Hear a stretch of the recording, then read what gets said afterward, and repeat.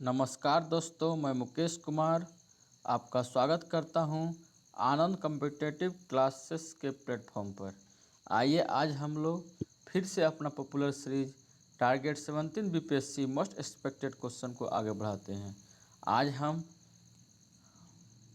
आज इस सीरीज का यह 17वां वीडियो होगा।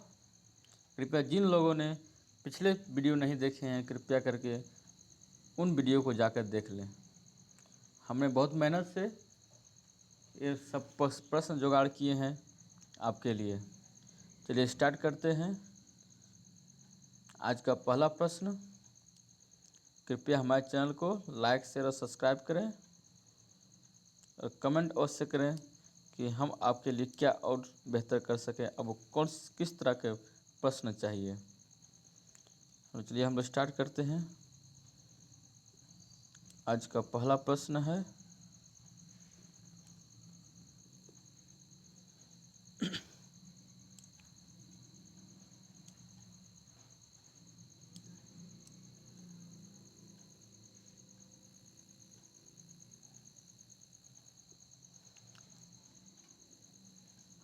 प्रकाश संश्लेषण किस प्रकार की अभिक्रिया है। प्रकाश संश्लेषण आपकी किस प्रकार की अभिक्रिया है। पहला है ऑक्सीकरण अवकरण अभिक्रिया, दूसरा है संश्लेषण अभिक्रिया, तीसरा है जैविक अभिक्रिया, चौथा योगात्मक अभिक्रिया। तो यहाँ आपका आंसर हो जाएगा प्रकाश संश्लेषण किस प्रकार की अभिक्रिया है, तो यह एक ऑक्सीकरण अवकरण अभिक्रिया है। ठीक है, पहला ऑप्शन आपका सही होगा। नेक्स्ट क्वेश्चन देखेंगे। चरित्रहीन नामक पुस्तक के लेखक कौन थे। चरित्रहीन नामक पुस्तक के लेखक कौन थे, तो यहाँ आपका पहला ऑप्शन है देवकी नंदन खत्री, दूसरा R.K. नारायण, तीसरा मोरारजी देसाई, चौथा शरत चंद्र चट्टोपाध्याय। तो यहाँ चरित्रहीन नामक पुस्तक के लेखक कौन है, शरत चंद्र चट्टोपाध्याय। ठीक, ये आपका बी ऑप्शन राइट आंसर होगा। और नेक्स्ट क्वेश्चन देखेंगे। निम्नलिखित में से किस उपनिषद में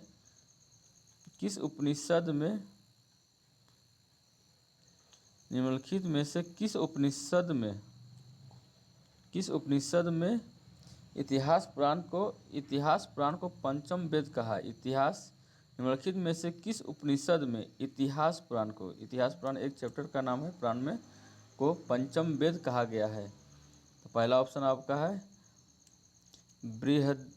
बृहदारण्यक उपनिषद, दूसरा मुंडक उपनिषद, तीसरा छांदोग्य उपनिषद, चौथा केन उपनिषद। तो यहाँ आपका आंसर हो जाएगा छांदोग्य उपनिषद में आपका इतिहास पुराण को पंचम वेद कहा गया है। इतिहास पुराण को क्या कहा गया है, तो पंचम वेद कहा गया है इतिहास पुराण को। ठीक है, आपका छांदोग्य उपनिषद में। नेक्स्ट क्वेश्चन है, भारत के किस राज्य में वायरस अम्बिक मेनिंगोएन्सेफलाइटिस मिला है। मेनिंगोएन्सेफलाइटिस वायरस किस राज्य में मिला है। पहला ऑप्शन आपका केरल, दूसरा है बिहार, तीसरा है मध्य प्रदेश, तीसरा है उत्तर प्रदेश, चौथा है मध्य प्रदेश। तो यहाँ आपका आंसर हो जाएगा केरल में मिला है। ठीक है, केरल आपका राइट आंसर है। भारत के किस राज्य में वायरस अमीबिक मेनिंगोएन्सेफलाइटिस मिला है, तो आपका केरल राज्य में मिला है। ठीक, नेक्स्ट क्वेश्चन देखते हैं।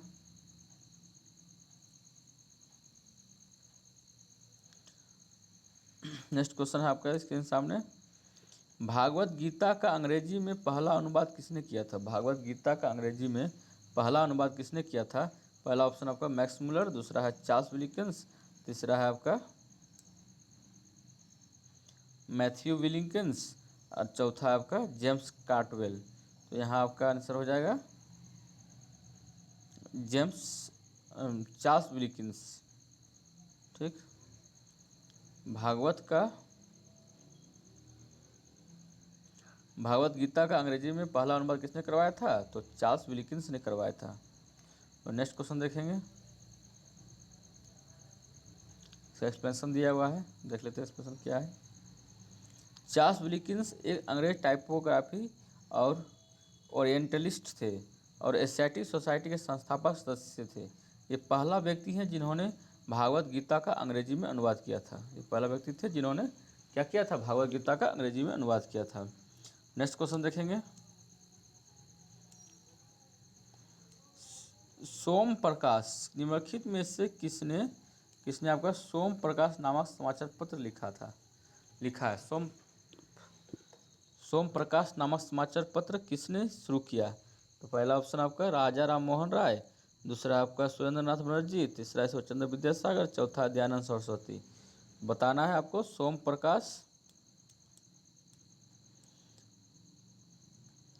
प्रकाश समाज नामक समाचार पत्र की शुरुआत किसने किया था?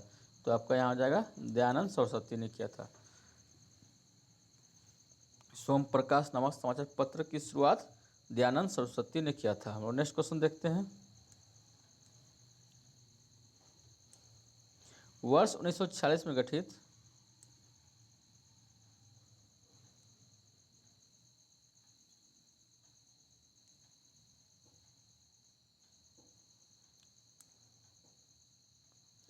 वर्ष 1946 में गठित अंतरिम कैबिनेट की अध्यक्षता किसने की थी? वर्ष 1946 में गठित अंतरिम कैबिनेट की अध्यक्षता किसने की थी?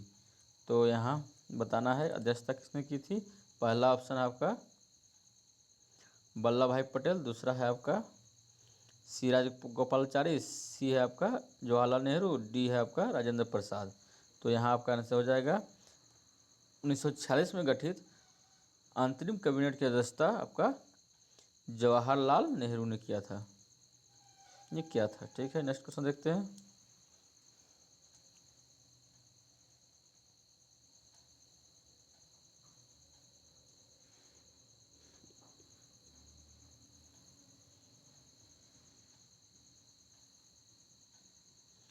असहयोग आंदोलन के दौरान, नेक्स्ट क्वेश्चन है आपका असहयोग आंदोलन के दौरान यह किसने कहा था कि हमारी जीत इसी में है कि हम उसी प्रकार हजारों की संख्या में जेल में जाएं जिस प्रकार बकरों को कसाई खाने में ले जाया जाता है।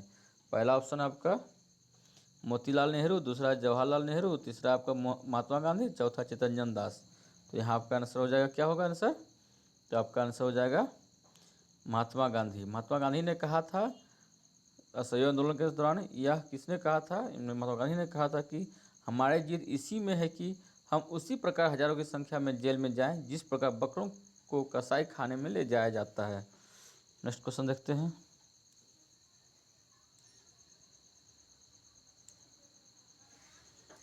अकबर ने फैजी को दक्कन के किस प्रांत में भेजा था? अकबर ने फैजी को दक्कन के किस प्रांत में भेजा था? ठीक है, ये बताना दक्कन के किस प्रांत में भेजा था। पहला है अहमदनगर, दूसरा है गोलकुंडा, तीसरा है बिदर, चौथा है आपका खानदेश। तो यहाँ आपका आंसर हो जाएगा खानदेश, चौथा आपका खानदेश आपका राइट आंसर होगा। ठीक है, अकबर ने फैजी को दक्कन के किस प्रांत में भेजा था? तो खानदेश में भेजा था। इसे अकबर ने अपने जीवन काल में जीता था, आधा भाग इसका राज्य का खानदेश के। नेक्स्ट क्वेश्चन देखते हैं,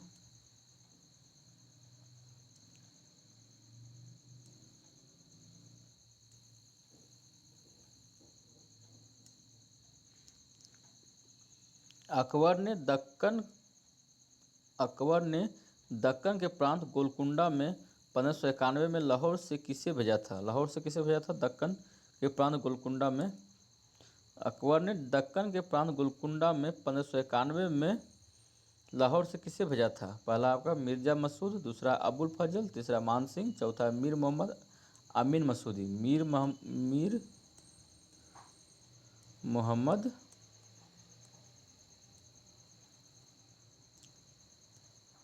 अमीन मसूदी। ठीक है, तो यहाँ आपका आंसर हो जाएगा चौथा ऑप्शन मीर मोहम्मद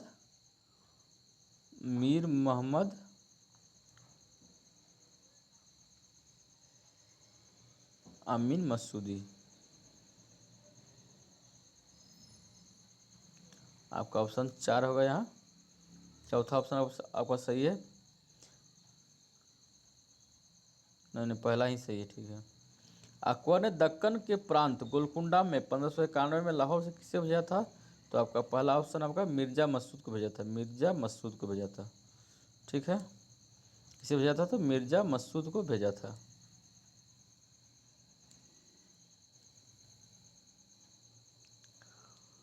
अकबर ने दक्कन के प्रांत में गोलकुंडा से दक्कन के प्रांत गोलकुंडा में 1591 में लाहौर से किसे भेजा था? तो आपका हो जाएगा मिर्जा मसूद को भेजा था। मिर्जा मसूद को भेजा था, पहला ऑप्शन ही सही है। नेक्स्ट क्वेश्चन देखते हैं।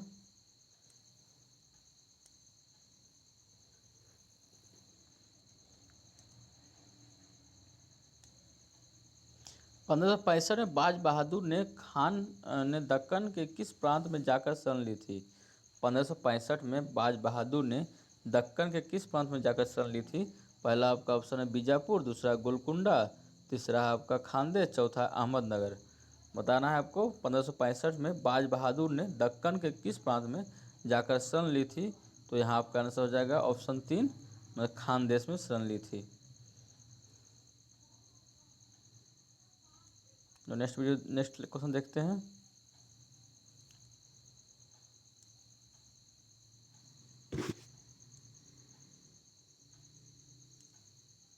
1897 में किसने इलाहाबाद को आपातकालीन मुख्यालय बनाया था? 1897 में किसने इलाहाबाद को आपातकालीन मुख्यालय बनाया था?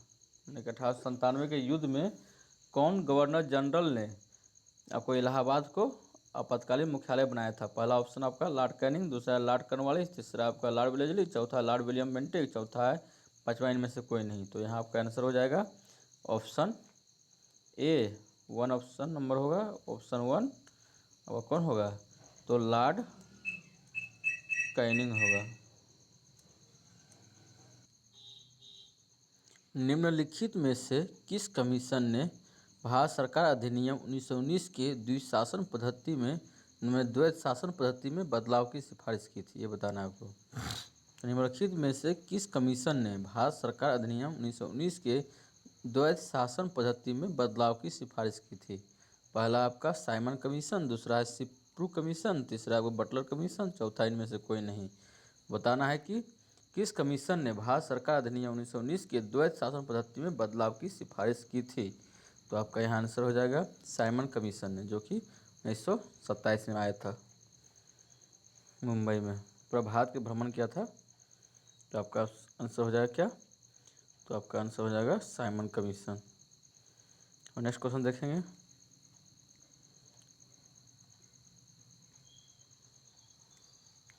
1861 में इंडियन मिरर समाचार पत्र का संपादन व प्रकाशन किसने किया था? 1861 में इंडियन मिरर नामक समाचार पत्र का प्रकाशन व संपादन किसने किया था? पहला ऑप्शन आपका अमिताभ घोष, दूसरा रविंद्रनाथ टैगोर, तीसरा सुमित गांगुली, चौथा मनमोहन घोष और देवेंद्रनाथ टैगोर। तो यहाँ आपका आंसर हो जाएगा मनमोहन घोष और देवेंद्रनाथ टैगोर ने। नेक्स्ट क्वेश्चन है 1916 में होम रूल आंदोलन किस वायसराय के समय में हुआ था? होम रूल आंदोलन बताना है किस वायसराय के समय में हुआ था? पहला चेम्सफोर्ड, दूसरा लॉर्ड वेलेस्ली, तीसरा लॉर्ड इरविन, चौथा लॉर्ड कर्जन। तो यहाँ आपका आंसर हो जाएगा लॉर्ड चेम्सफोर्ड।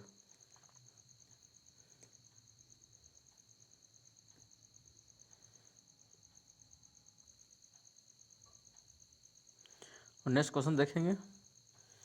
पौधों और जीवों में अनुकूलन एडेप्शन के संदर्भ में निम्नलिखित कथनों पर विचार कीजिए। पहला है पौधों और जीवों के विशिष्ट लक्षण एवं स्वभाव जो उन्हें एक आवास विशेष में रहने के अनुकूल बनाते हैं अनुकूलन कहलाता है। पौधे और जीवों के विशिष्ट लक्षण एवं स्वभाव जो उन्हें एक आवास विशेष में रहने के अनुकूल बनाते हैं अनुकूलन कहलाता है। दूसरा, मैदानी क्षेत्र के एक व्यक्ति को ऊंचे पहाड़ी क्षेत्र में तीव्र गति से सांस लेनी पड़ती है परंतु थोड़े दिनों बाद वह सहज हो जाता है, यह अनुकूलन का सटीक उदाहरण है। तो बताना, दो ऑप्शन दिया है तो बताना कि उपयुक्त कथन में से कौन सा सही है। पहला ऑप्शन है आपका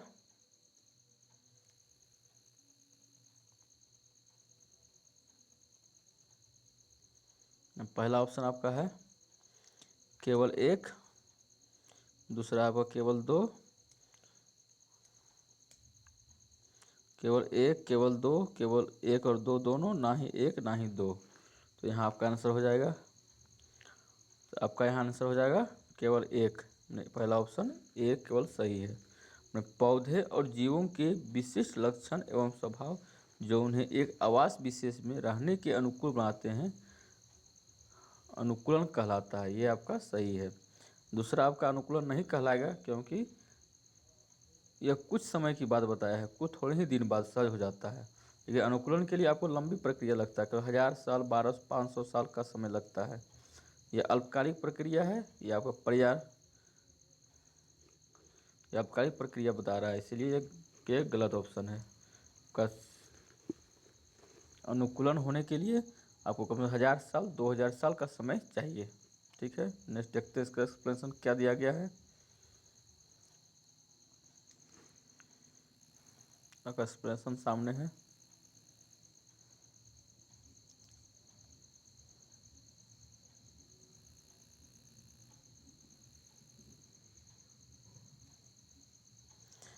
कथन एक सही है, परंतु कथन दो गलत है, तो हम बता ही दिए। क्योंकि अनुकूलन अल्पकाल में नहीं होता है, अनुकूलन आपका अल्पकाल में नहीं होता है। यह हजारों वर्षों में आए परिवर्तनों के प्रति पौधों व जीवों के अनुकूल होने से संबंधित है। यह हजारों वर्षों में आए परिवर्तनों के प्रति पौधों व जीवों के अनुकूल होने से संबंधित है।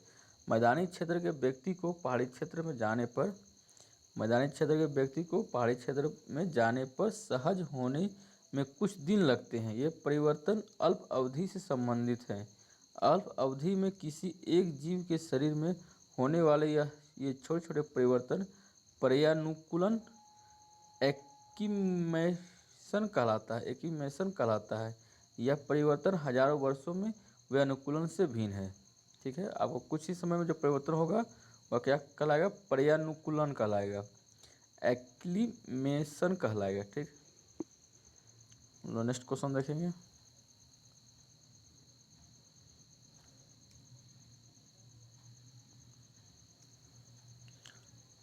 किसी जीव का परिवेश जिसमें वह रहता है आवास कहलाता है। आवासों में विभिन्न घटक उपस्थित होते हैं। इन घटकों के संदर्भ में निम्नलिखित कथनों में से कौन सा कथन आपका सही है, ये बताना है। पहला,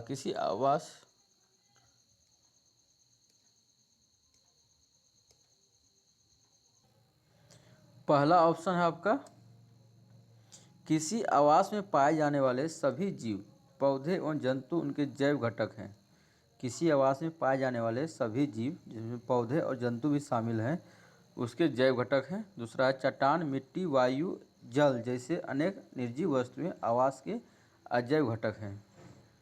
क्या है? तो अजैव घटक है, अजैव घटक है। ठीक, तीसरा है आपका, सूर्य का प्रकाश एवं ऊष्मा जैसे ऊर्जा घटक इन दोनों घटकों में से किसी में सम्मिलित नहीं है। तो आपको बताना है कि कौन सा आपका सही कथन है।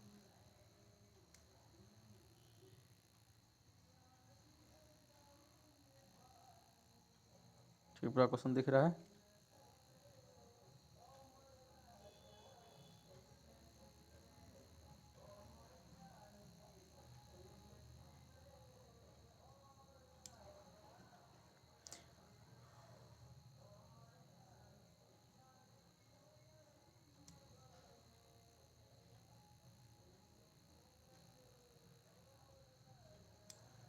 आ गया क्वेश्चन।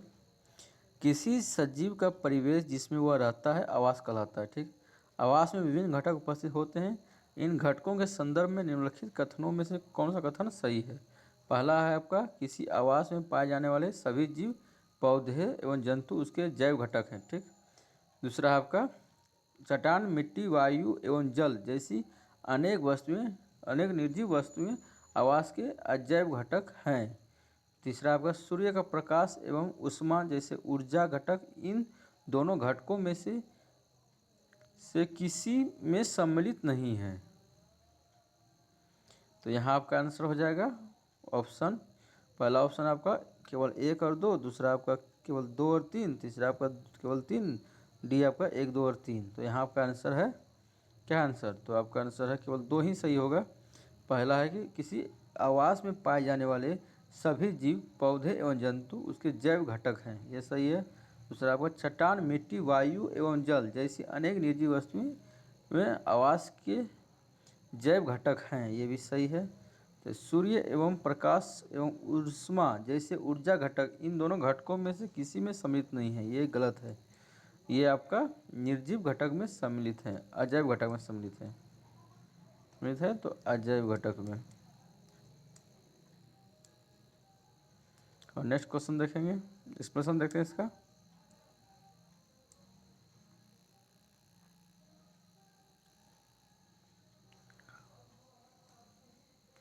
कथन 1 और 2 सही है, परंतु कथन 3 गलत है। ठीक है, क्योंकि सूर्य का प्रकाश एवं ऊष्मा भी परिवेश या आवास के अजैव घटक हैं।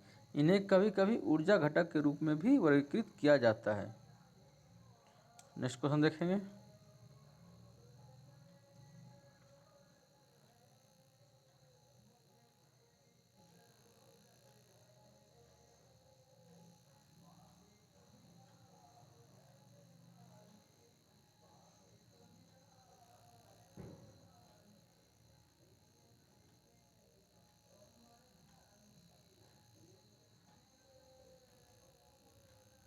नेक्स्ट क्वेश्चन देखते हैं।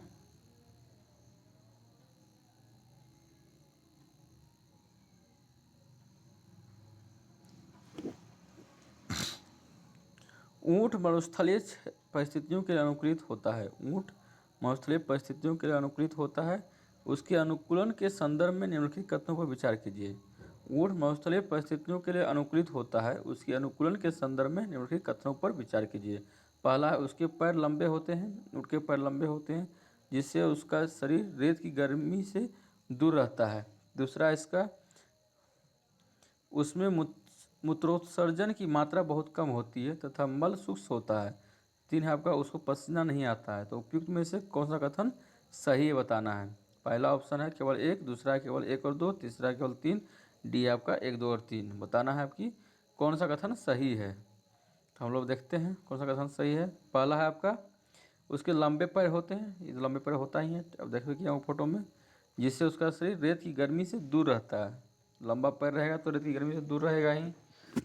दूसरा आपका, इसमें मूत्रोत्सर्जन मैंने पेशाब की मात्रा बहुत कम होती है तथा मल सूक्ष्म होता है उसका। तीसरा आपका पसीना नहीं आता। ये भी सही है, ये भी सही, ये भी सही। तो उपयुक्त तीनों का तो आपका सही है। एक्सप्रेशन देखते हैं।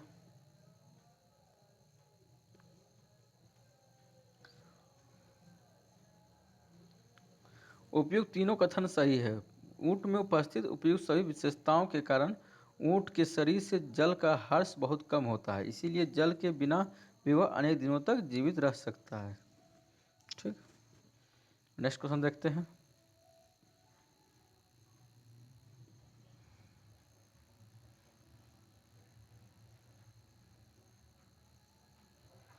नेक्स्ट क्वेश्चन है आपका स्क्रीन पर।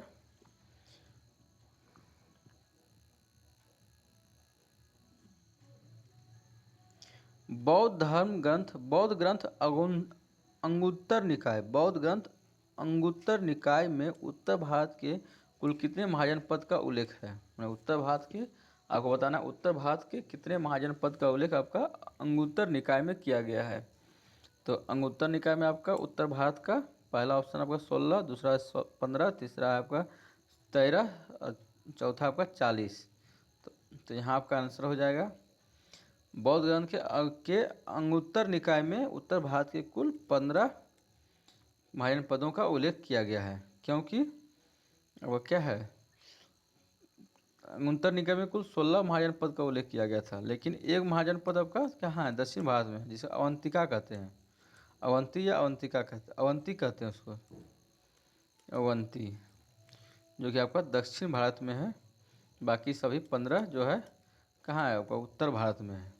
इसलिए आपका यहाँ उत्तर भारत बोला गया था, इसलिए आपका आंसर 15 हो जाएगा। नेक्स्ट क्वेश्चन देखते हैं।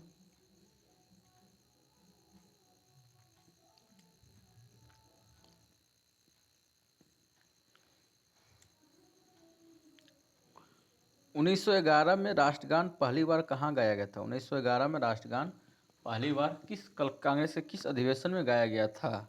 तो आपका आंसर हो जाएगा, पहला ऑप्शन आपका नई दिल्ली, दूसरा कोलकाता, तीसरा आपका मुंबई, चौथा है चेन्नई। तो यहाँ आपका आंसर हो जाएगा कोलकाता अधिवेशन। कलकत्ता अधिवेशन था उसमें, कलकत्ता अधिवेशन कब, अधिवेशन 1911 में गाया गया था। ठीक है, नेक्स्ट क्वेश्चन देखते हैं। वंदे मातरम कहाँ से लिया गया है? वंदे मातरम जो है लोकाक्ति जो है वह कहाँ से लिया गया है वंदे मातरम? तो पहला ऑप्शन आपका आनंदमठ, दूसरा मुंडकोपनिषद, तीसरा ज्ञानवेद, चौथा आपका इनमें से कोई नहीं। तो यहाँ आपका आंसर हो जाएगा ऑप्शन ए आनंद मठ से। वंदे मातरम कहाँ से जागृत किया गया है? तो आपका आनंद मठ से, आनंद मठ से जागृत किया गया है। ठीक, वंदे मातरम को कहाँ से जागृत किया गया? तो आनंद मठ से जागृत किया गया है।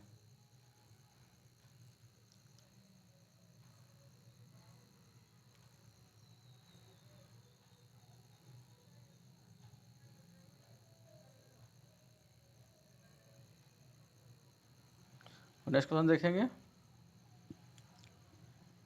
1911 में बंगाल विभाजन किसके समय रद्द किया गया था? 1911 में बंगाल विभाजन किसके समय में रद्द किया गया था, यानी कि किस वायसराय के समय में रद्द किया गया था, ये बताना है। 1911 में बंगाल विभाजन किस वायसराय के समय रद्द किया गया? पहला ऑप्शन आपका लॉर्ड इरविन, दूसरा आपका लॉर्ड हार्डिंग द्वितीय, तीसरा आपका लॉर्ड कर्जन, चौथा आपका लॉर्ड वेलेस्ली। तो यहाँ आपका आंसर हो जाएगा क्या? तो लॉर्ड हार्डिंग द्वितीय के समय में 1911 में तब बंगाल विभाजन को रद्द किया गया है। बंगाल विभाजन को रद्द करके 1912 में आपका बंगाल से बिहार उड़ीसा को पृथक राज्य बनाने की घोषणा किया गया था। 1911 में ही किया गया था। उसके साथ ही कलकत्ता से दिल्ली राजधानी हस्तांतरित करने का भी घोषणा किया गया था। अब बिहार से बंगाल आपका अलग कब हुआ? बंगाल से बिहार आपका अलग हुआ, माने कि उसके साथ में आपका उड़ीसा भी था, तो आपका अलग हुआ था 1912 ईस्वी में। नेक्स्ट क्वेश्चन देखते हैं। स्वतंत्र भारत के प्रथम गवर्नर जनरल कौन थे? स्वतंत्र भारत के प्रथम गवर्नर जनरल कौन थे? पहला ऑप्शन आपका भीमराव अम्बेडकर, दूसरा जवाहरलाल नेहरू, तीसरा राजेंद्र प्रसाद, चौथा सी राजगोपालाचारी। तो यहाँ आपका आंसर हो जाएगा स्वतंत्र भारत के प्रथम गवर्नर जनरल कौन थे? तो स्वतंत्र भारत के प्रथम भारतीय गवर्नर जनरल कौन थे? तो यहाँ आपका आंसर हो जाएगा सी राजगोपालाचारी। यहाँ प्रथम भारतीय बोला गया है तो आपका सी राजगोपालाचारी होगा। नेक्स्ट क्वेश्चन है आपका अमृतसर की संधि किसके समय में हुई थी? किस गवर्नर जनरल के समय में हुई थी अमृतसर की संधि? पहला ऑप्शन आपका लॉर्ड मेटकॉफ, दूसरा लॉर्ड एलनबरो, तीसरा लॉर्ड हार्डिंग, चौथा आपका लॉर्ड मिंटो। तो यहाँ आपका आंसर हो जाएगा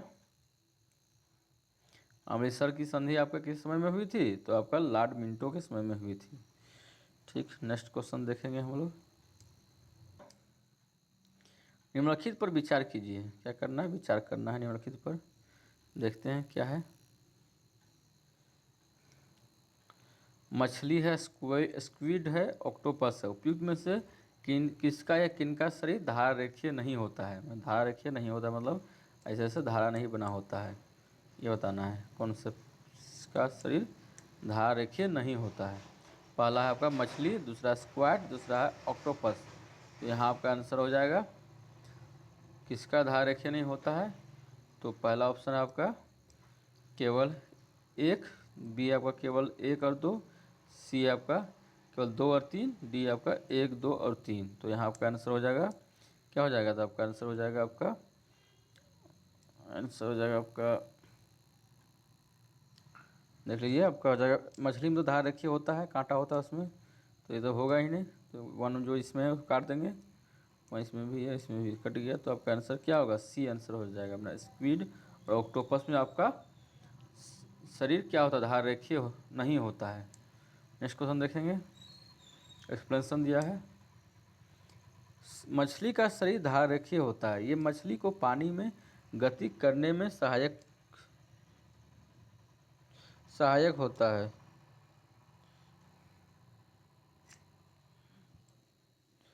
मछली का शरीर चिकने सल्कों से ढका होता है। ये सल्क मछली को सुरक्षा प्रदान करते हैं। हाल ही में जल में सुगम गति में सहायक होते हैं। दूसरे बहुत से समुद्री जंतुओं का शरीर भी धार रेखीय होता है, परंतु स्क्विड एवं ऑक्टोपस जैसे समुद्री जंतुओं का शरीर आपका आमतौर पर धारारेखीय नहीं होता है। जबकि वे जल में चलते हैं तो अपने शरीर को धारारेखीय बना लेते हैं। जब वे जल में चलते हैं तो क्या होता है, ये शरीर को धारारेखीय बना लेते हैं। ठीक, और नेक्स्ट क्वेश्चन देखेंगे।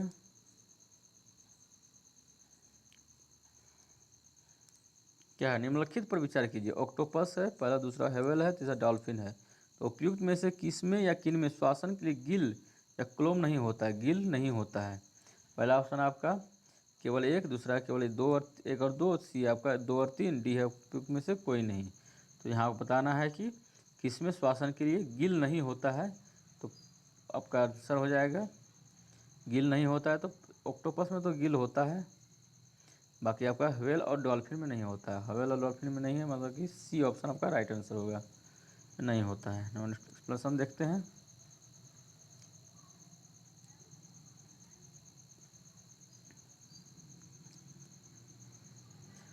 ऑक्टोपस के जल में श्वासन के लिए गिल क्लेम होते हैं। गिल स्क्विड और मछलियों में भी होते हैं, परंतु डॉल्फिन एवं व्हेल जैसे कुछ जंतुओं में गिल नहीं होते हैं। ये शरीर पर स्थिर नासाद्वार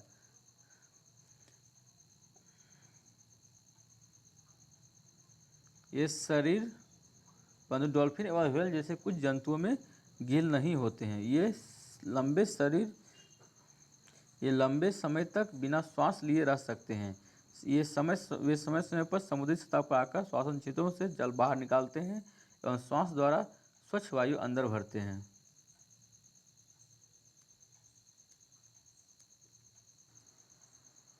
हम लोग नेक्स्ट क्वेश्चन देखेंगे।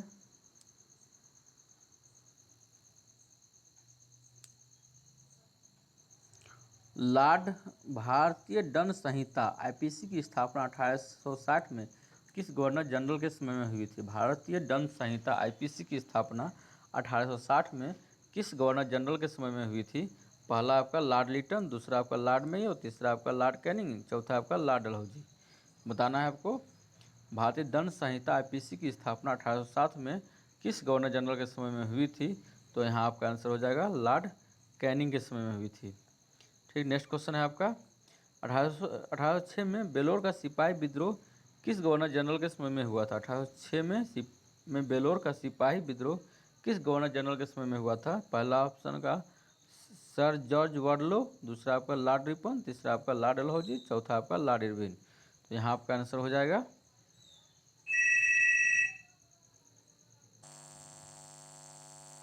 नेक्स्ट क्वेश्चन है आपका 1806 में बेलोर का सिपाही विद्रोह किसके समय में हुआ था? 1806 में बेलोर का सिपाही विद्रोह किसके समय में हुआ था? पहला ऑप्शन आपका सर जॉर्ज वार्डलो, दूसरा लॉर्ड रिपन, तीसरा लॉर्ड डलहौजी, चौथा आपका लॉर्ड इरविन। तो यहाँ आपका आंसर हो जाएगा पहला ऑप्शन सर जॉर्ज वार्डलो के समय में हुआ था। ये आपका राइट आंसर है ऑप्शन ए। नेक्स्ट क्वेश्चन देखेंगे।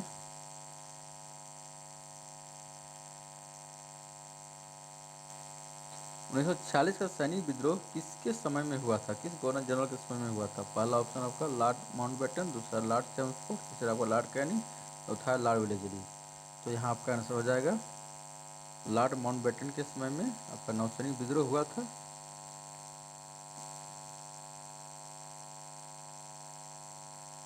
नहीं, लॉर्ड वेवेल के समय हुआ था।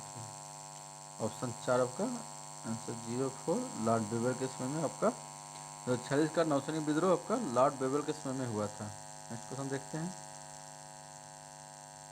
1905 का बंगाल विभाजन किसके समय में हुआ था? Lord Curzon, Lord Wellesley, Lord Lytton, Lord Ripon. तो यहाँ आपका आंसर हो जाएगा लॉर्ड कर्जन के समय में 1905 का बंगाल विभाजन हुआ था। नेक्स्ट क्वेश्चन देखते हैं।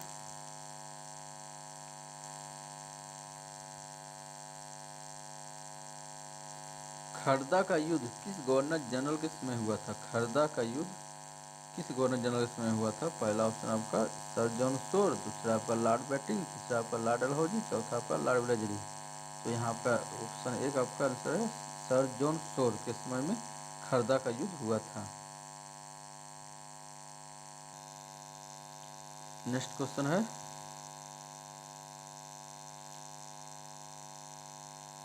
नागफनी के पौधे में प्रकाश संश्लेषण निम्नलिखित में से किस भाग में होता है? नागफनी के पौधे में प्रकाश संश्लेषण निम्नलिखित में से किस भाग में होता है? तो पहला ऑप्शन आपका पत्तों में, दूसरा है आपका तने में, तीसरा आपका जड़ों में, चौथा आपका इनमें प्रकाश संश्लेषण नहीं होता है। तो यहाँ आपका आंसर बताइए क्या होगा। नागफनी के पौधों में प्रकाश संश्लेषण निम्नलिखित में से किस भाग में होता है। पहला ऑप्शन आपका राइट आंसर होगा आपका तने में होता है, क्योंकि नागफनी का तना मंसाल होता है, इसमें पत्ता की जगह पर कांटे होता है, कांटे में आपका प्रकाश संश्लेषण की क्रिया नहीं होती है। इस प्रकार से आपका आंसर हो जाएगा तना में होता है। ठीक, नेक्स्ट क्वेश्चन देखेंगे, एक्सप्लेनेशन दिया है।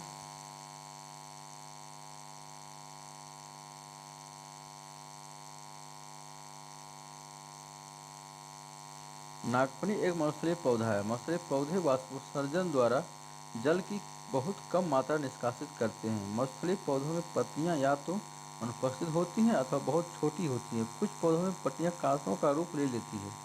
इससे पत्ती में होने वाली वाष्पोत्सर्जन से होने वाले जल हार्स में कमी आती है।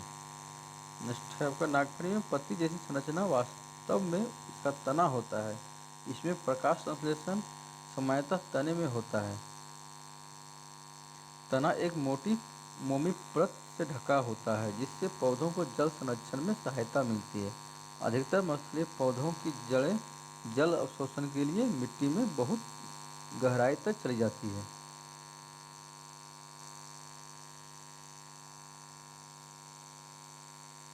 ठीक है, नेक्स्ट क्वेश्चन देखेंगे हम लोग।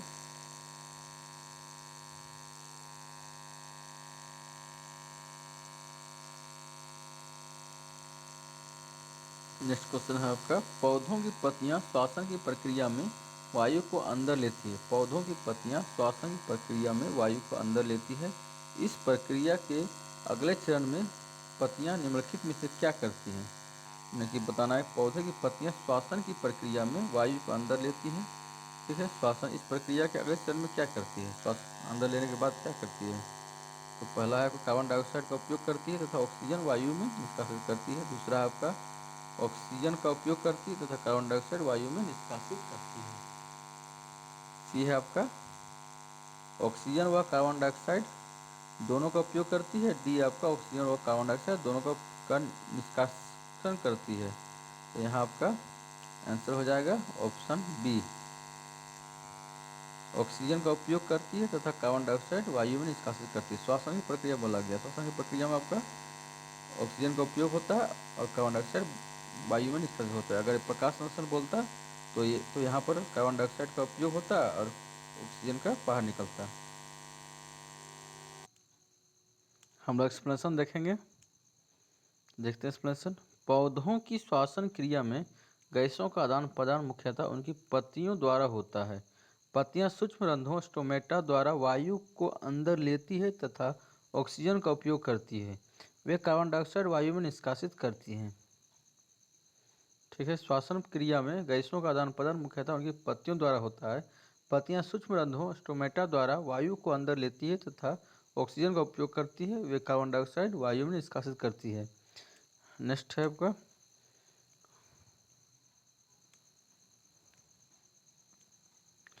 प्रकाश संश्लेषण की क्रिया में पौधे प्रकाश की उपस्थिति में वायु की कार्बन डाइऑक्साइड का उपयोग भोजन बनाने के लिए करते हैं तथा ऑक्सीजन छोड़ते हैं। पौधे केवल दिन के समय ही भोजन बनाते हैं, जबकि श्वसन क्रिया दिन और रात दोनों में ही निरंतर चलती रहती है। ठीक है, भोजन बनाने की प्रक्रिया में निष्कासित ऑक्सीजन की मात्रा पौधे द्वारा श्वसन में उपयोग की गई ऑक्सीजन की अपेक्षा बहुत अधिक होती है। भोजन बनाने की प्रक्रिया में निष्कासित ऑक्सीजन की मात्रा पौधों द्वारा श्वसन में उपयोग की गई ऑक्सीजन की अपेक्षा बहुत अधिक होती है। ठीक,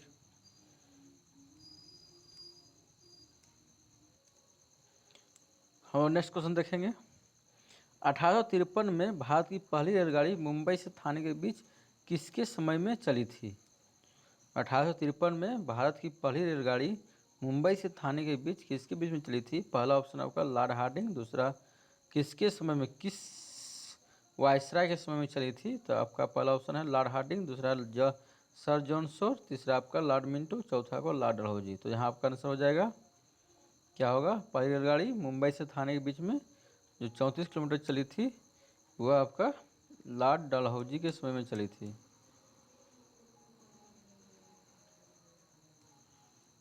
हौजी के समय में चली थी, ठीक। और नेक्स्ट क्वेश्चन देखेंगे,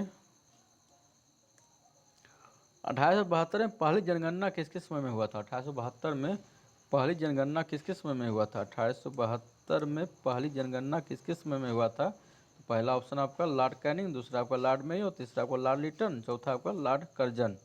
तो यहाँ आपका आंसर बताना है 1872 की पहली जनगणना किस गवर्नर जनरल या वायसराय के काल में हुआ था? तो पहला ऑप्शन आपका हो जाएगा लॉर्ड मेयो के समय में, दूसरा ऑप्शन आपका लॉर्ड मेयो में के समय में। नेक्स्ट क्वेश्चन देखेंगे, प्रेस पर प्रतिबंध किसने लगाया था? प्रेस पर प्रतिबंध आपको किसने लगाया था? कि गवर्नर जनरल या ने प्रेस पर या वायसराय ने प्रेस पर प्रतिबंध लगाया था? पहला ऑप्शन आपका लॉर्ड मिंटो, दूसरा आपका लॉर्ड कॉर्नवालिस, तीसरा आपका चार्ल्स मेटकॉफ, चौथा लॉर्ड वेलेजली। तो यहाँ आपका आंसर हो जाएगा लॉर्ड वेलेजली। प्रेस पर प्रतिबंध आपको किसने लगाया था? तो लॉर्ड वेलेजली ने लगाया था। नेक्स्ट क्वेश्चन देखते हैं, प्रेस की स्वतंत्रता दिलाने का कार्य किसने किया था? हमने प्रेस का मुक्तिदाता का किसे कहा जाता है, या प्रेस की स्वतंत्रता दिलाने का कार्य किसने किया था? पहला ऑप्शन आपका चार्ल्स मेटकॉफ, दूसरा लॉर्ड वेलेजली, तीसरा आपका लॉर्ड इरविन, चौथा आपका लॉर्ड मिंटो। तो यहाँ आपका आंसर हो जाएगा पहला ऑप्शन आपका Lord Charles Metcalfe. Charles Metcalfe को प्रेस की स्वतंत्रता दिलाने का कार्य किया था। चार्ल्स मेटकॉफ ने प्रेस की स्वतंत्रता दिलाने का कार्य किया था। नेक्स्ट क्वेश्चन देखेंगे, विधवाओं का पुनर्विवाह अधिनियम 1856 किसके द्वारा पास किया गया था? किस गवर्नर जनरल या वायसराय के समय में पास किया था? गवर्नर जनरल ही तो उसमें था, इसी समय में पास किया गया था। तो पहला ऑप्शन आपका लॉर्ड रिपन, दूसरा आपका लॉर्ड मेयो, तीसरा आपका लॉर्ड लिटन, चौथा आपका लॉर्ड कैनिंग। तो यहाँ आपका आंसर हो जाएगा 1856 में लॉर्ड कैनिंग के द्वारा विधवाओं का पुनर्विवाह अधिनियम पास किया गया, ठीक। नेक्स्ट क्वेश्चन आपका 1774 में कोलकाता में सुप्रीम कोर्ट की स्थापना किस गवर्नर जनरल के समय में हुई थी? पहला ऑप्शन आपका लॉर्ड कॉर्नवालिस, दूसरा आपका लॉर्ड वेलेजली, तीसरा आपका रॉबर्ट क्लाइव, चौथा आपका वारेन हेस्टिंग्स। तो यहाँ आपका आंसर हो जाएगा 1774 में कोलकाता में सुप्रीम कोर्ट की स्थापना आपका वारेन हेस्टिंग के समय में की गई थी। सर्वप्रथम सुप्रीम कोर्ट की स्थापना आपका कोलकाता में हुआ था 1874 में।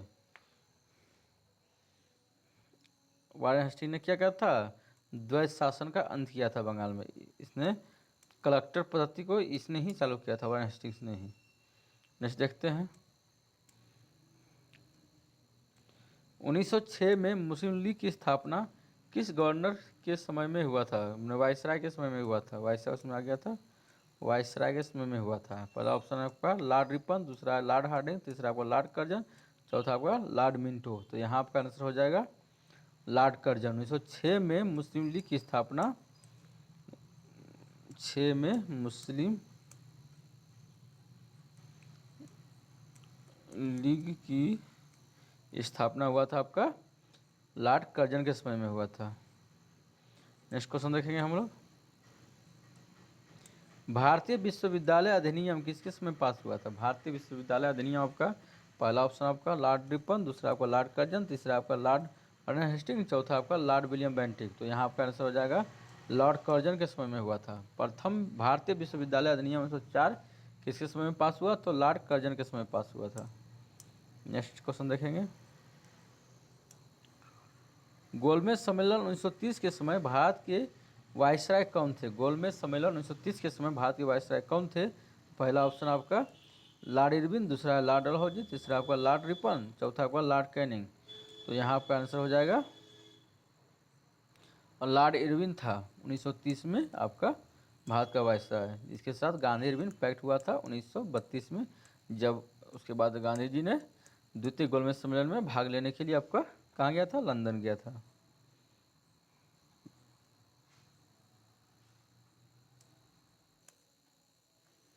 निम्नलिखित में से किसमें या किनमें श्वसन प्रक्रिया संपन्न होती है? श्वसन की प्रक्रिया आपको किसमें होती है? पहला ऑप्शन आपका, पहला आपका पौधे, दूसरा जीव, तीसरा आपका बीज। तो नीचे दिए कूट से सही उत्तर चुनना है। पहला ऑप्शन आपका केवल 1 और 2 पौधे और जीव, दूसरा आपका केवल 2 बीज केवल जीव, 3 है आपका 2 और 3 जीव और बीज, डी आपका 1 2 3 तीनों। यहाँ आपका आंसर हो जाएगा श्वसन की प्रक्रिया। आपका श्वसन की प्रक्रिया ये आपका पौधे, जीव और बीज तीनों में होता है। पौधे, जीव और बीज कहाँ होता है? तीनों में होता है। तो नेक्स्ट इसका प्रश्न देखते हैं।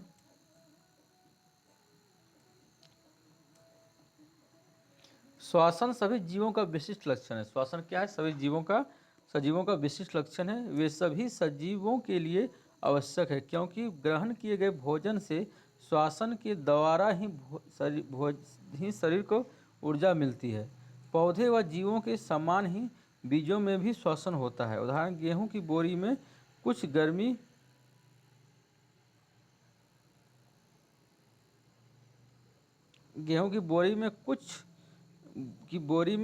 गर्मी उत्पन्न होती है। यह गर्मी बीजों के श्वसन के कारण उत्पन्न होती है। बीजों में श्वसन की क्रिया उस समय भी चलती रहती है जब अन्य जैव प्रक्रम उतने सक्रिय नहीं होते हैं। बीजों में श्वसन की क्रिया उस समय भी चलती रहती है जब अन्य जैव प्रक्रम उतने सक्रिय नहीं होते हैं। और नेक्स्ट क्वेश्चन देखेंगे।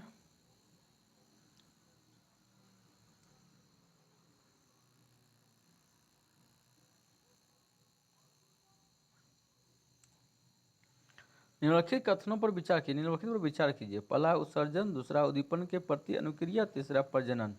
तो बताना है आपको उपयुक्त में से कौन सी से सजीवों के लक्षणों में सम्मिलित है। सजीव के लक्षण में क्या क्या सम्मिलित है? तो पहला ऑप्शन आपका उत्सर्जन, दूसरा है उद्दीपन के प्रति अनुक्रिया, तीसरा आपका प्रजनन।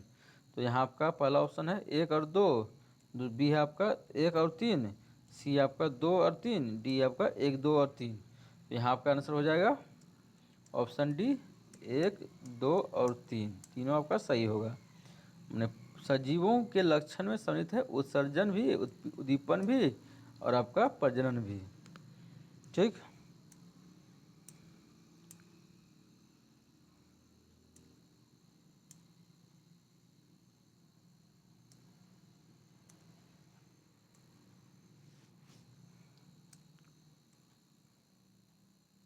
हम बस इसका एक्सप्लेनेशन देखते हैं।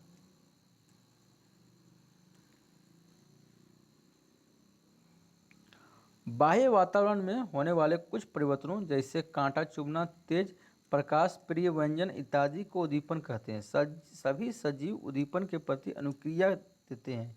जैसे छुई मुई गुल मेहंदी के पौधे की पत्तियां छूने पर अचानक मुरझा जाती है, सिकुड़ जाती है। यह पौधों में उद्दीपन के प्रति अनुक्रिया का उदाहरण है। प्रजनन पौधे व जंतुओं दोनों में होता है, परंतु दोनों में प्रजनन के तरीके भिन्न हैं।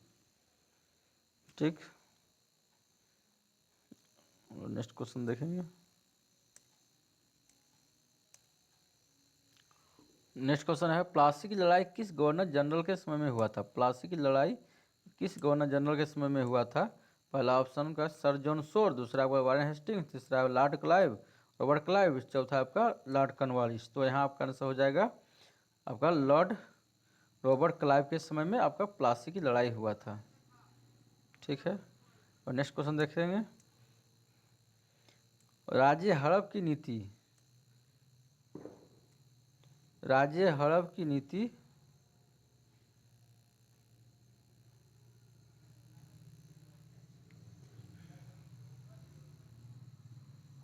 नेक्स्ट क्वेश्चन आपका राज्य हड़प नीति या व्यवगत के सिद्धांत को किसने अपनाया था?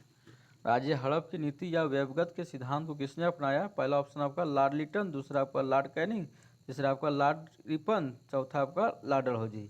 राज्य हड़प की नीति को किसने अपनाया? तो आपका हो जाएगा लॉर्ड डलहौजी ने अपनाया था। स्वतंत्र भारत के प्रथम गवर्नर जनरल कौन थे? स्वतंत्र भारत के प्रथम गवर्नर जनरल कौन थे? तो पहला ऑप्शन आपका है लॉर्ड रिपन, दूसरा आपका लॉर्ड सी राजगोपालाचारी, डी आपका लॉर्ड वेवल, चौथा आपका लॉर्ड माउंटबेटन।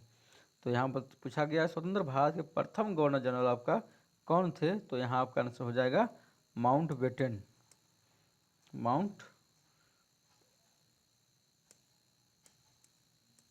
माउंटबेटन, ठीक है, यानी कि आपका स्वतंत्र भारत के प्रथम गवर्नर जनरल आपका माउंटबेटन थे। ठीक है, नेक्स्ट क्वेश्चन देखते हैं।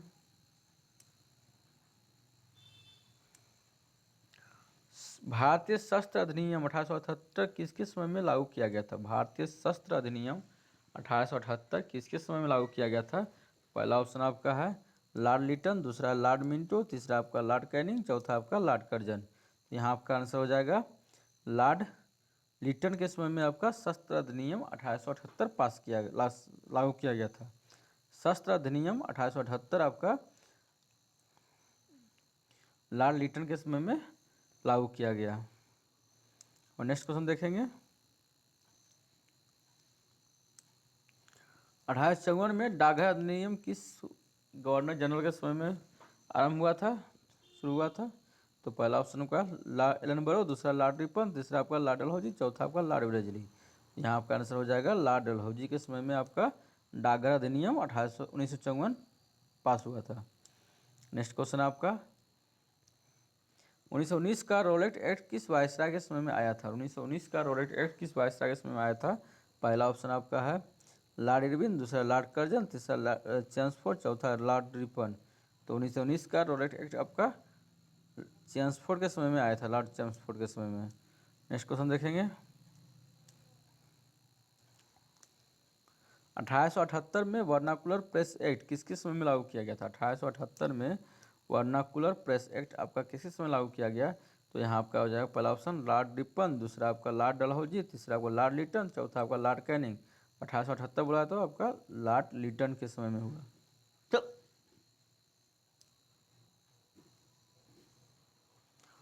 नेक्स्ट क्वेश्चन है आपका बंगाल के शेर के नाम से कौन जाना जाता है? बंगाल के शेर के नाम से कौन जाना जाता है? पहला ऑप्शन आपका लॉर्ड रिपन, दूसरा आपका लॉर्ड वेलेस्ली, तीसरा आपका वारेन हेस्टिंग, चौथा आपका लॉर्ड रिपन। तो यहाँ आपका आंसर हो जाएगा लॉर्ड वेलेस्ली। लॉर्ड वेलेस्ली को शेर, बंगाल के शेर के नाम से जाना जाता है। नेक्स्ट क्वेश्चन है आपका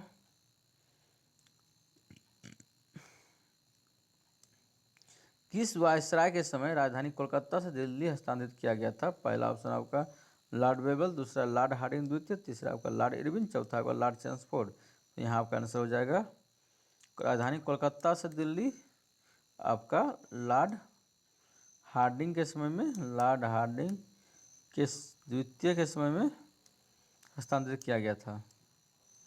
नेक्स्ट क्वेश्चन देखते हैं। और नेक्स्ट क्वेश्चन है आपका यहाँ मिलान करने वाला क्वेश्चन है सूची 1 तथा सूची 2 को सम्मिलित किए तथा सूचियों के बीच दिए गए कूट का उपयोग करते हुए सही उत्तर का चयन कीजिए। तो यहाँ आपका सूची है, सूची दिख ही नहीं रहा है तो हम डायरेक्ट आंसर ही बोल देते हैं। यहाँ हड्डी का संधि और उसकी विशेषताएं क्या है उसके बारे में बताया जा रहा है। ठीक है, हड्डी और उसकी विशेषताएं, हड्डी की संधि और उसकी विशेषताएं।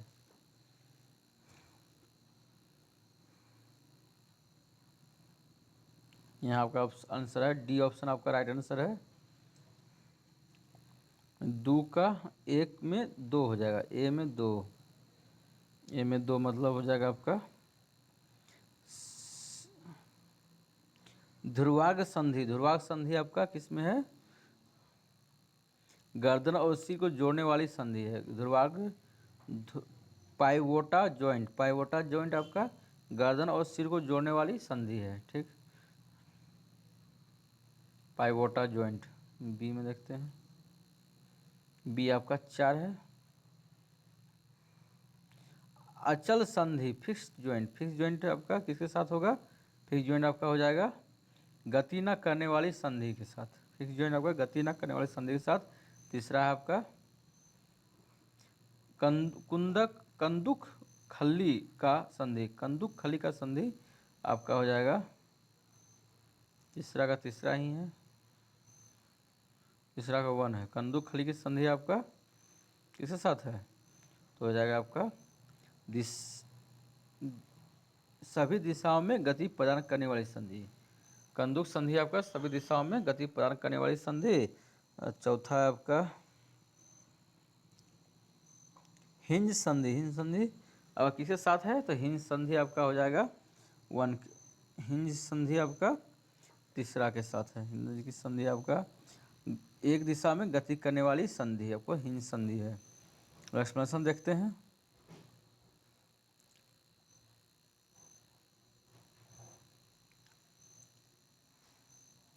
अस्थि व एवं उपास्थि। उपास्थि कार्टिलेज, बोन एंड कार्टिलेज मानव कंकाल बनाते हैं। बोर्ड क्या है आपका, एक्सप्लेनेशन ध्यान से पढ़ना है। आपका अस्थि एवं उपास्थि में कार्टिलेज मानव कंकाल बनाते हैं। कंकाल शरीर की को आकृति देता है। ये चलने में सहायक है और आंतरिक अंगों की सुरक्षा करता है। मानव कंकाल खोपड़ी, मेरुदंड, पसलियाँ, वक्ष की अस्थि, कंधे एवं श्रेणी मेखला तथा हाथ पांव को अस्थियों से बनाता है। मानव कंकाल में विभिन्न संधियाँ होती है। मानव कंकाल में क्या होती है तो विभिन्न संधियाँ होती हैं। नेक्स्ट, गर्दन और सिर को जोड़ने वाली संधि को धुराग्र कहते हैं। धुराग्र कहते हैं। गर्दन और सिर को जोड़ने वाली संधि को क्या कहते हैं, धुराग्र कहते हैं। धुराग्र कहते हैं। धुराग्र संधि में बेलनाकार अस्थि एक छल्ले में घूमती है। बेलनाकार अस्थि आपका एक छल्ले में घूमती है। नेक्स्ट है आपका अस्थियों के बीच की कुछ संधियाँ ऐसी भी हैं जो गति नहीं करती हैं, हिल नहीं सकती है। ये अचल संधि कहलाती है। ऊपरी जबड़े एवं कपाल के मध्य अचल संधि है। ऊपरी जबड़े एवं कपाल के मध्य क्या है तो आपका अचल संधि है। कंदुक खलिका संधि, बॉल एंड सॉकेट जॉइंट वो कहा जाता है। कंदुक खलिका संधि क्या कहा जाता है, बॉल एंड सॉकेट जॉइंट। या कंधे कुल्हे की संधियाँ होती है। ये सभी दिशाओं में गति करती है। हिंज संधि कोहनी और घुटने की संधियों में होती है। ये एक ही दिशा में गति का प्रदान करती है। हिंज संधि क्या होती है, ये कोहनी और घुटने की संधियाँ होती है। ये एक ही दिशा में गति प्रदान करती है। एक्सप्रेशन देखते हैं। कंकाल के कुछ अतिरिक्त अंग भी हैं जो हड्डियां जितने कठोर नहीं हैं उन्हें मोड़ा जा सकता है। उन्हें उपास्थि कहते हैं। कंकाल के कुछ अतिरिक्त अंग भी हैं जो हड्डियां जितने कठोर नहीं होते हैं, जो हड्डियां इतने कठोर नहीं होते हैं कि जिन्हें मोड़ा जा सकता है। जो हड्डियां कठोर नहीं होती जिन्हें मोड़ा जा सकता है उन्हें उपास्थि कहते हैं। और कान की अस्थि शरीर की संधियां में भी उपस्थित पाई जाती है।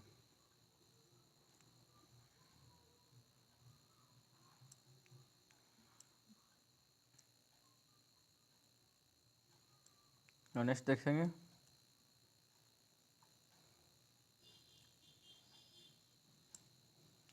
1872 में कृषि विभाग की स्थापना किस गवर्नर जनरल के समय में हुआ था। आपका हो जाएगा आंसर। पहला ऑप्शन आपका लॉर्ड डलहौजी, दूसरा आपका लॉर्ड मेयो, तीसरा आपका लॉर्ड बेटिंग, चौथा आपका कैनिंग। तो यहाँ आपका आंसर हो जाएगा ऑप्शन 72 में आपका कौन था तो आपका हो जाएगा लॉर्ड मेयो, ऑप्शन नंबर 2।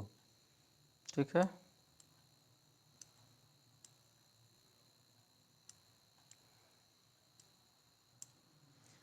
के समय असहयोग आंदोलन और खिलाफत आंदोलन के समय भारत के गवर्नर जनरल कौन थे तो यहाँ आपका हो जाएगा लॉर्ड चैम्सफोर्ड। असहयोग आंदोलन और खिलाफत आंदोलन के समय भारत के गवर्नर जनरल आपका लॉर्ड चैम्सफोर्ड था। ठीक है, ऑप्शन 4 आंसर होगा राइट। नेक्स्ट क्वेश्चन देखेंगे। शिमला को ग्रीष्मकालीन राजधानी किसने बनाया था। शिमला को ग्रीष्मकालीन राजधानी किसने बनाया था तो यहाँ आपका आंसर हो जाएगा पहला ऑप्शन आपका लॉर्ड रिपन, दूसरा लॉर्ड लिटन, तीसरा आपका लॉर्ड डलहौजी, चौथा आपका लॉर्ड कैनिंग। तो यहाँ आपका आंसर हो जाएगा शिमला को मध्यकालीन राजधानी आपका लॉर्ड कैनिंग को बनाया था।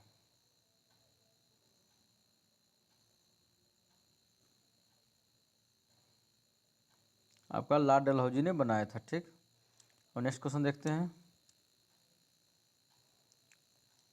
भारतीय रेलवे के विषय के क्षेत्र में सर्वाधिक रेल लाइनों का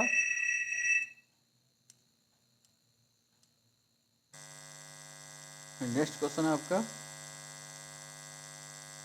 भारतीय रेलवे के विकास के क्षेत्र में सर्वाधिक रेल लाइनों का निर्माण किसके समय में हुआ था? किस गवर्नर के समय में हुआ था? तो पहला ऑप्शन आपका लॉर्ड लिंगलिथगो, दूसरा लॉर्ड डलहौजी, तीसरा आपका लॉर्ड रिपन, चौथा आपका लॉर्ड कर्जन। तो यहाँ आपका आंसर हो जाएगा, क्या हो जाएगा, लॉर्ड कर्जन के समय में हुआ था सर्वाधिक रेल लाइनों का विस्तार।